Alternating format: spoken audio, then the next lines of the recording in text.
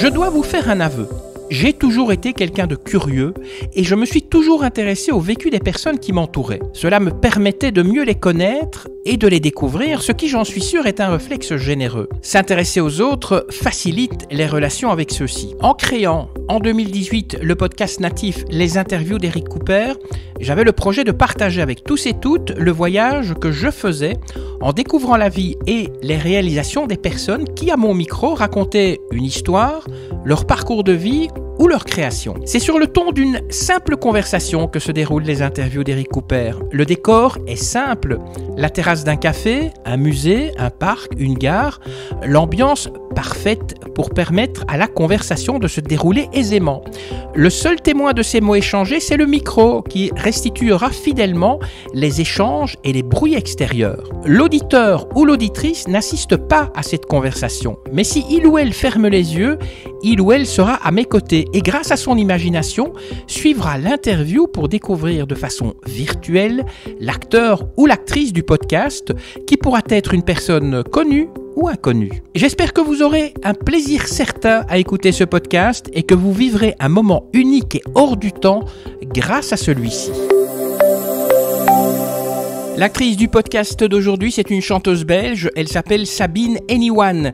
Mais c'est plus qu'une chanteuse, c'est une artiste authentique qui puise dans ses expériences pour créer une musique vibrante, sincère et porteuse de sens. Et je lui ai tendu le micro pour lui poser, pour démarrer l'interview, 3 questions. Sabine, 3 mots pour vous décrire. Alors dans le vif du sujet, paf, comme ça. En 3 mots pour me décrire...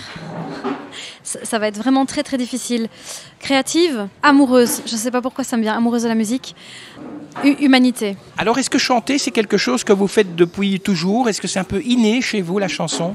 Je pense pouvoir dire que oui, parce que depuis toute petite, voilà, d'après ma mère, mais c'est souvent ce que les mamans disent de leurs enfants qui chantent ou qui jouent de la musique, je chantais avant de commencer à parler. Donc c'est vraiment mon premier langage en fait. Et depuis, je n'ai jamais arrêté de chanter, mais comme ça, sans y réfléchir, sans le travailler. Voilà, comme une chanteuse de salle de bain, comme j'aime bien dire. Et vous avez eu le soutien de la famille alors quand vous avez dit, voilà, je vais me lancer dans la chanson à 100%? Alors oui, mon cas est un peu particulier parce que, en fait, je n'ai personne dans ma famille qui est issu du milieu de la musique ou qui en fait, tout simplement. Même si j'ai 2 parents qui ont quand même une très très bonne oreille musicale et qui sont assez mélomanes, en fait, finalement. Donc ils ne m'ont jamais poussée quand j'étais petite, ils m'ont jamais mis à un cours de chant, etc. Ils ne m'ont jamais freinée non plus. Et le jour où j'ai dit, ben voilà, je veux faire de la musique, j'ai eu une partie de ma famille qui m'a dit, ah c'est très bien, voilà, on va voir ce que ça donne, mais donc sans vraiment ni trop y croire, ni ne pas y croire non plus.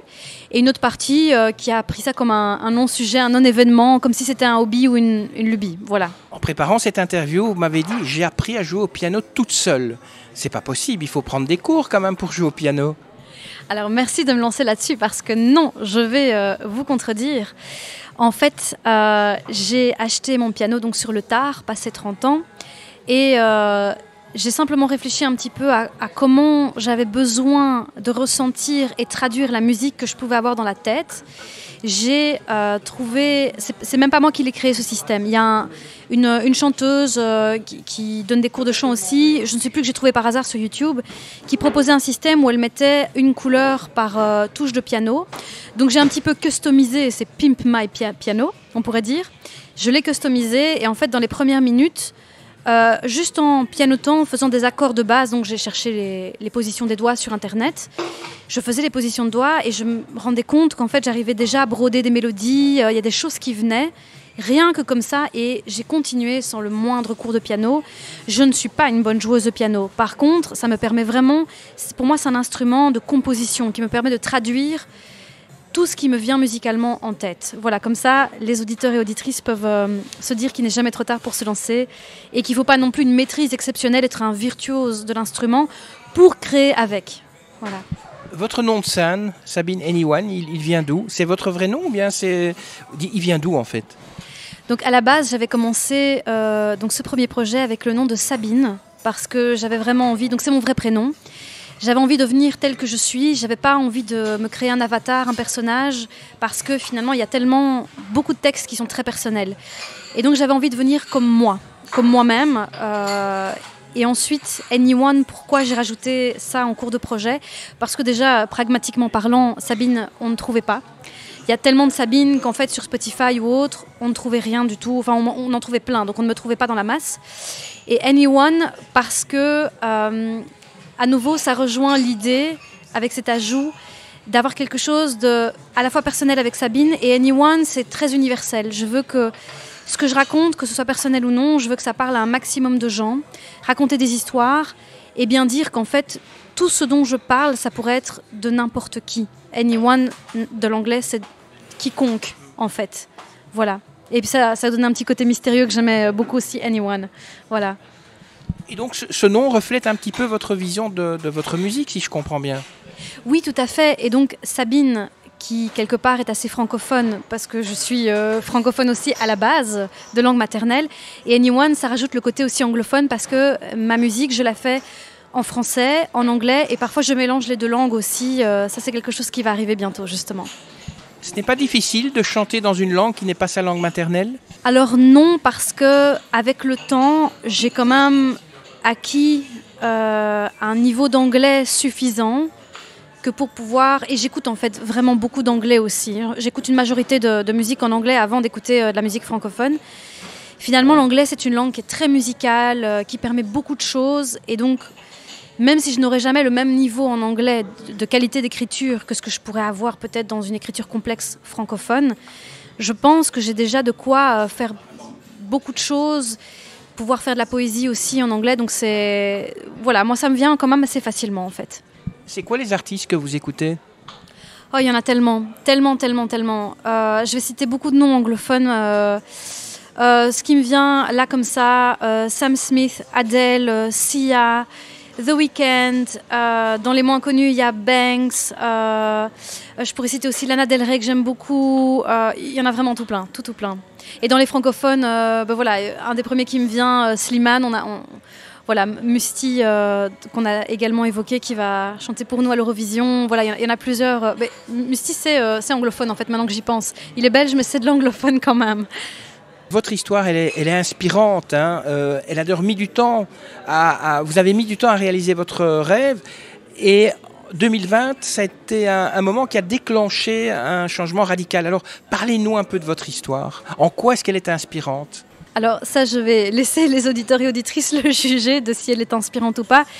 Mais pour reparler un petit peu de la genèse de ce projet, de comment tout ça est arrivé, oui, 2020, donc c'est une période qui a été particulière pour tout le monde, puisque le monde s'est un petit peu arrêté de tourner à ce moment-là. Il y a eu le Covid, les confinements, et en fait, le hasard de la vie a fait qu'à ce moment-là, je me suis retrouvée sans emploi. Je sortais d'une très longue formation qui a été très éprouvante.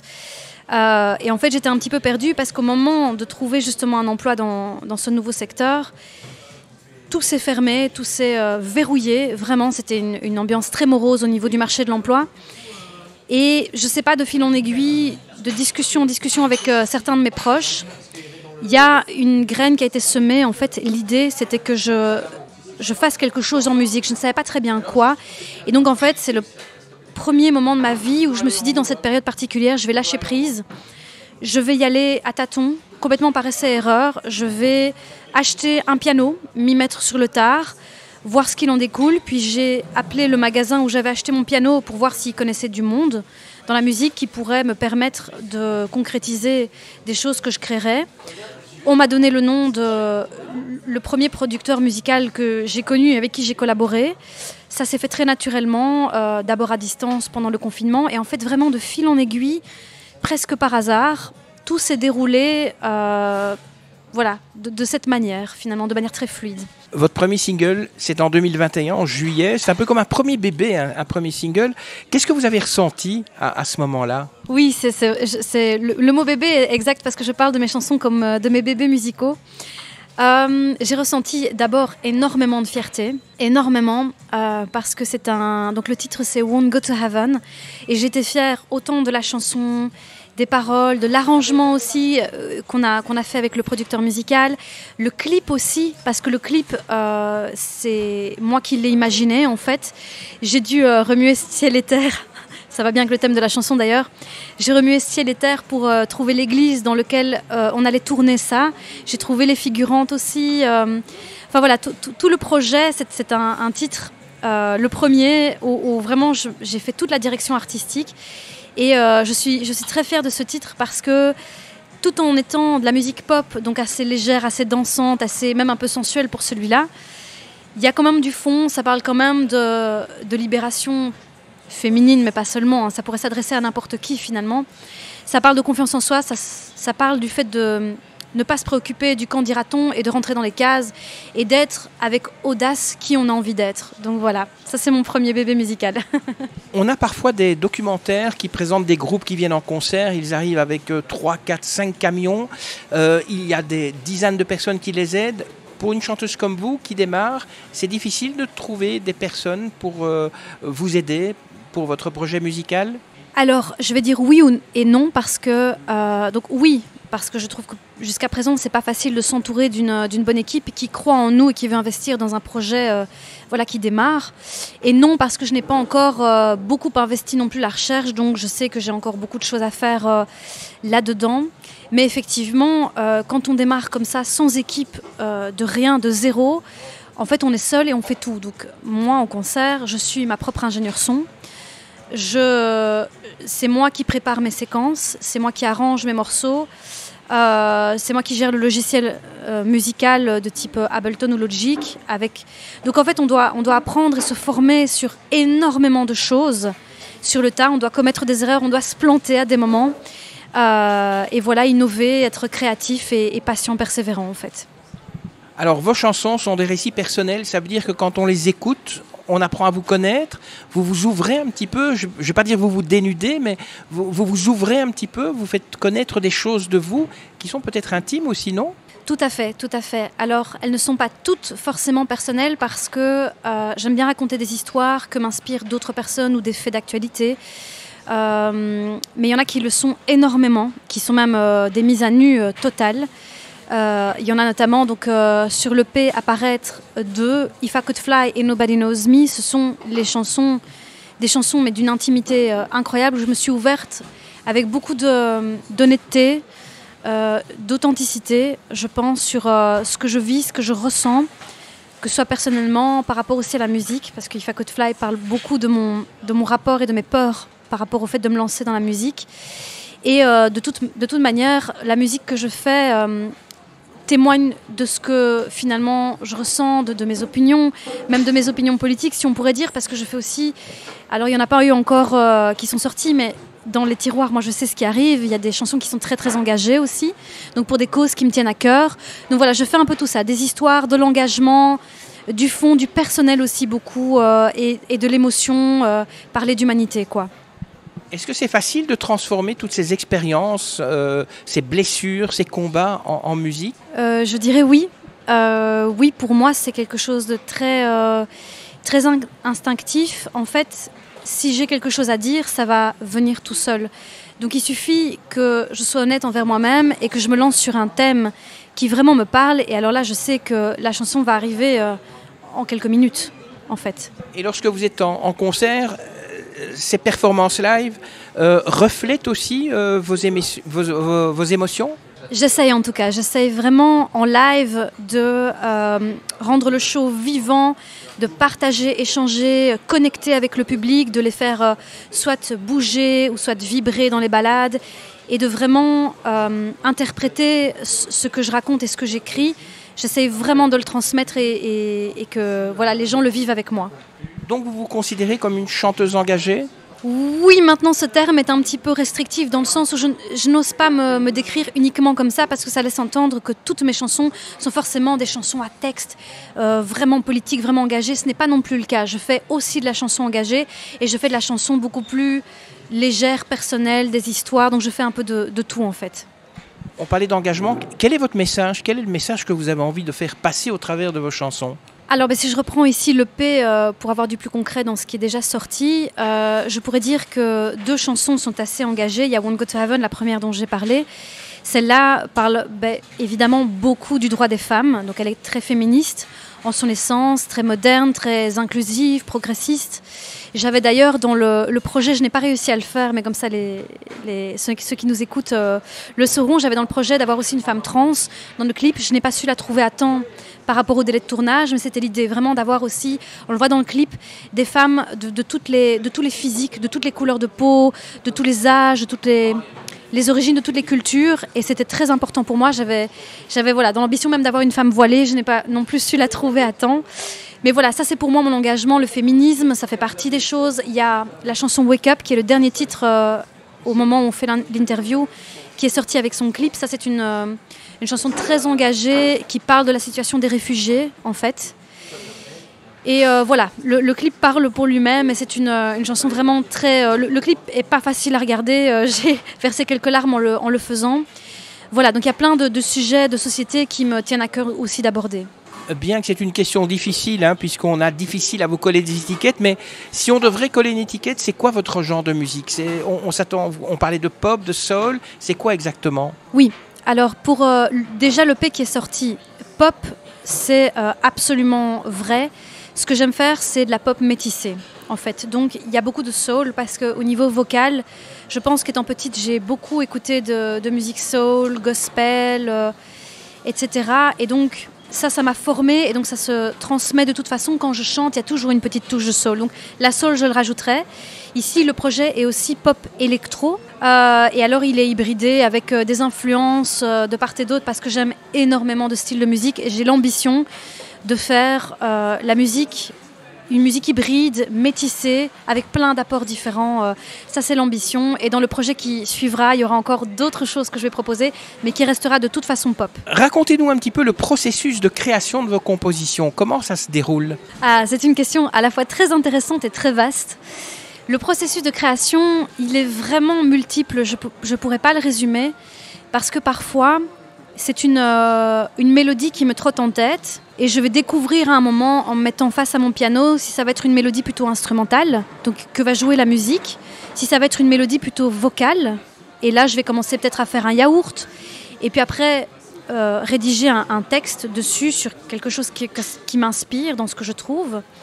Parfois ça va partir d'un texte lui-même, et j'ai un texte qui me vient, des mots qui viennent sous forme de brainstorming. Et en fait, au fur et à mesure, des accords vont me venir emmêlés avec. Donc ça peut venir de plein de choses. Ça peut venir de la musique, ça peut venir du texte, ça peut venir de chœur, ça peut venir d'un refrain qui me vient. Il y a plein de portes d'entrée, en fait, pour que la musique apparaisse à moi, en fait, si je dois le dire comme ça. Et vos inspirations, vous les puisez où? Vous avez toujours un petit carnet sur vous, ou bien ça arrive comme ça? Alors, je ne fonctionne pas vraiment à l'écrit, je suis assez numérique, et surtout, ce que j'essaie d'attraper, c'est surtout quand j'ai des mélodies, parce que ça, c'est très volatile. Si j'ai une idée de mélodie à un moment, d'ailleurs, je vais le révéler, Won't Go to Heaven est né entre deux champs de patates. Donc, j'étais en balade à vélo, et à un moment, j'étais avec mon compagnon. Je lui ai dit, écoute Max, il faut qu'on s'arrête tout de suite. Et il a l'habitude, parce que voilà, ce processus, il l'a déjà vu plusieurs fois. Quand je m'arrête comme ça, je me suis arrêtée net. Un tracteur arrivait d'ailleurs droit sur moi. J'ai mis mon dictaphone en route et j'ai eu la mélodie vocale du refrain de Won't Go to Heaven. Ça, c'est vraiment quelque chose. Parfois, je me réveille la nuit et je dois vite prendre mon application dictaphone, je l'allume, ou alors je prends des notes sur mon GSM, parce que j'ai une idée fulgurante qui arrive et je sais que là, il faut l'attraper extrêmement vite, sinon elle part et je ne la retrouverai pas. Voilà. Max, c'est votre compagnon. C'est lui votre premier... Est-ce que c'est votre premier auditeur? Alors j'ai cité son nom sans le faire exprès, oui, mon compagnon. Oui, alors c'est... je ne sais pas si je pourrais dire que c'est mon fan, parce que je ne sais pas s'il est fan de ce que je fais, mais il aime bien, en tout cas ça c'est sûr. Et c'est aussi l'une des personnes principales, que peut-être je pourrais citer aussi ma maman.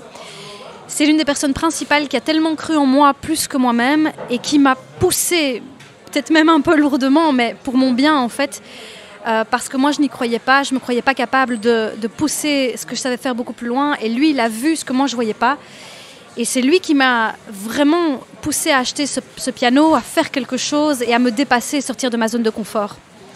Est-ce que vous avez un rituel d'écriture? Par exemple, certains mangent un morceau de chocolat avant de démarrer leur écriture, une tasse de thé, ou ils n'écrivent que la nuit. Vous, c'est quoi votre rituel? Je n'en ai pas. Très honnêtement, je n'en ai pas parce que comme l'inspiration et les choses viennent à des moments ou sous des formes tellement inattendues pour moi, que la seule chose que je fais, c'est que je me tiens prête à capturer le moment, la mélodie, le texte, dès qu'il arrive. Mais en fait, je n'ai pas de rituel. Je sais juste que si je me mets face à mon piano, si, j'en ai peut-être un, c'est d'être vraiment seule, sans bruit, dans ma petite pièce dédiée à ça, sans interruption, et de me mettre vraiment dans un état de concentration, de focus, où personne ni rien ne me dérange. Ça, ce serait peut-être mon rituel en fait. Oui. Parlez-nous un peu de l'expérience The Voice. Vous avez participé à la saison 10. Pour vous, ça a été positif ou pas ? Alors oui, de toute façon, participer à The Voice était dans tous les cas une expérience positive parce que j'ai aussi décidé de n'en tirer que du positif. Donc dans le positif, je retiens énormément, déjà il y a l'expérience en tant que telle. C'était une expérience tout à fait nouvelle pour moi. Je suis sortie de ma zone de confort. C'était vraiment chouette, vraiment fun aussi de passer les différents lives, pas les lives mais le blind en tout cas et le chaos, mais qui était live donc avec le public, etc. Voir mes proches, leur partager ça aussi. Les candidats aussi, faire de belles rencontres, ça c'était vraiment des choses très très positives. Et pour le reste, ça n'a pas changé grand-chose pour être honnête dans la suite de ce début de, j'espère, carrière. Mais voilà, j'en tire vraiment une expérience, l'expérience en tant que telle. Les premières oreillettes que j'ai eues lors de mon chaos, je n'avais jamais fait l'expérience, par exemple, de ça. C'est bête, mais waouh, quelle expérience d'avoir des oreillettes pour chanter, quel confort. Voilà, tout ça, je le prends et je le garde précieusement.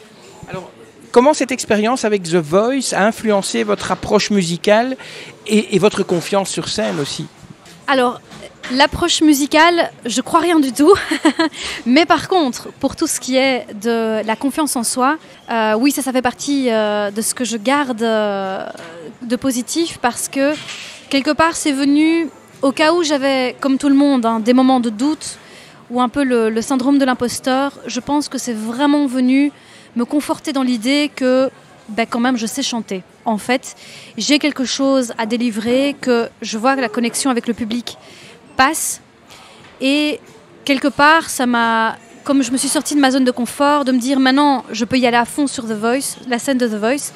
Finalement, je peux le faire, mais partout, sans aucune réserve, pudeur ou peur, doute en fait. Et donc, je crois que le partage et l'amplitude de ma présence scénique n'en est que plus grande, en fait. Sur YouTube, on peut voir 4 vidéos de vos chansons. C'est vous qui avez fait les vidéos ou bien vous avez fait appel à des personnes extérieures ? Pour le premier titre et clip Won't Go to Heaven, là j'ai travaillé avec un studio donc, professionnel. Il y avait 4 personnes, une journée de tournage. Donc ça c'est vraiment le clip le plus pro. Voilà. Que j'adore d'ailleurs aussi, mais j'adore aussi les autres parce qu'ils sont peut-être beaucoup plus artisanaux, donc forcément la qualité de la vidéo ne peut pas équivaloir, ou de la manière dont les plans sont tournés ne peut pas équivaloir au premier, mais malgré tout, donc je les ai réalisés avec l'aide de mon compagnon, à 2 uniquement.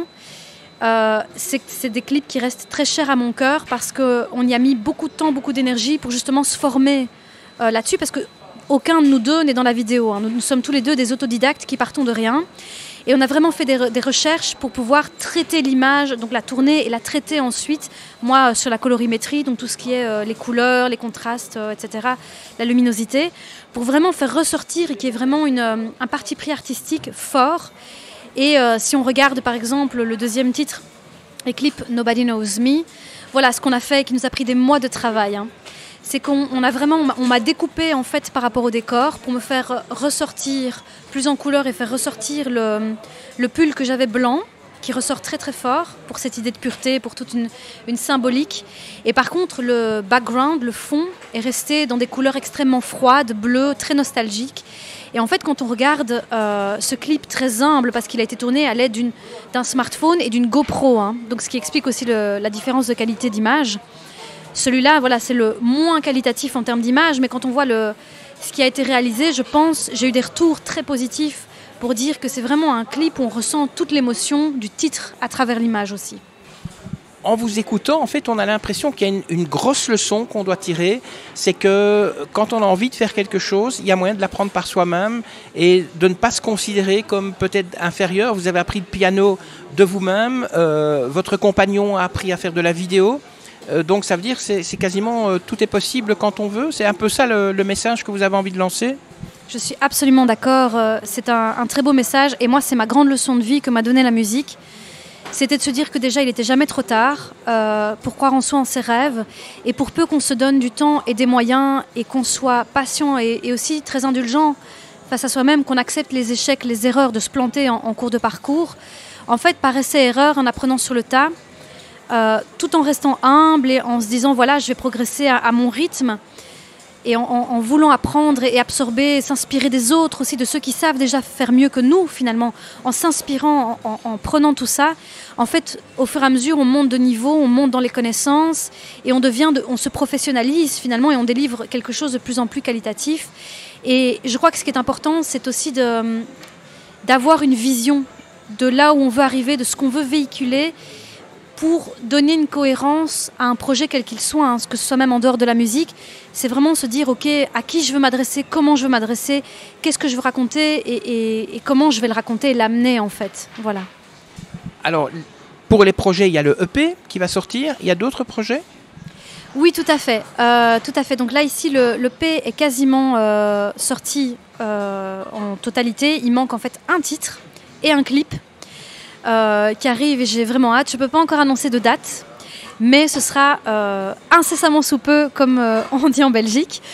Voilà, et alors le prochain projet est déjà, les rendez-vous sont déjà pris, je suis déjà en cours de construction, donc ce sera encore un EP, donc un petit album.